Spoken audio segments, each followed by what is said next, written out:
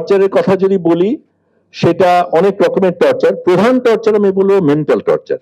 কারণ যেইভাবে, যেমন কথার কথা, আঘাত ততটা হয়তো পায়নি, কিন্তু আমার পাশে দুজন তুরস্কের ক্রুর যারা ছিল, একজন ওরা ইংরেজি বলে না, একজন আরেকজনের সাথে ইংরেজিতে কথা বলছে, তখন মেশিন গান নিয়ে, মেশিনের ব্যারেল দিয়ে গুতা মারে এবং বিকট একটা আওয়াজ করে ওই জিনিসটা করে।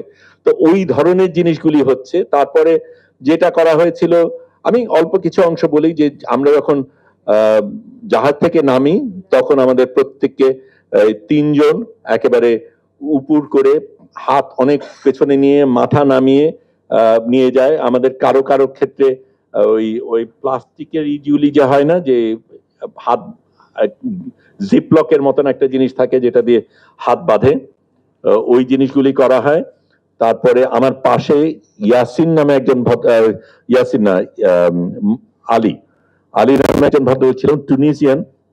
তার ফিলিস্তিনি শার্ট পরা ছিল, তাকে শার্ট খুলতে বলা হয়, উনি রাজি হননি, বলে না আমি এটা খুলবো না। তখন তার উপর চড়া হয়, তাকে সাহায্য করতে আদনান বলে একজন যায়, তার উপরে চড়া হয়।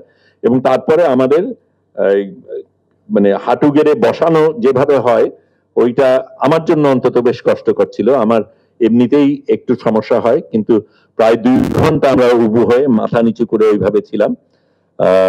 এটা আমি নিশ্চিত না, আমি একজন আমাকে বলেছে, আমার দেখা নেই, তবে হতেও পারে, গন্ধ দিয়ে হতে পারে, বলা হয়েছিল যে যেই জায়গাটায় ঘাটে, যেই জায়গায় টার্মাকের উপর আমাদের বসানো হয়, সেইখানে কি তারা গিয়ে পেশাব করেছিল, তারপরে আমাদের ওখানে বসানো হয়েছে, ইসরায়েলিরা পেশাব করেছিল।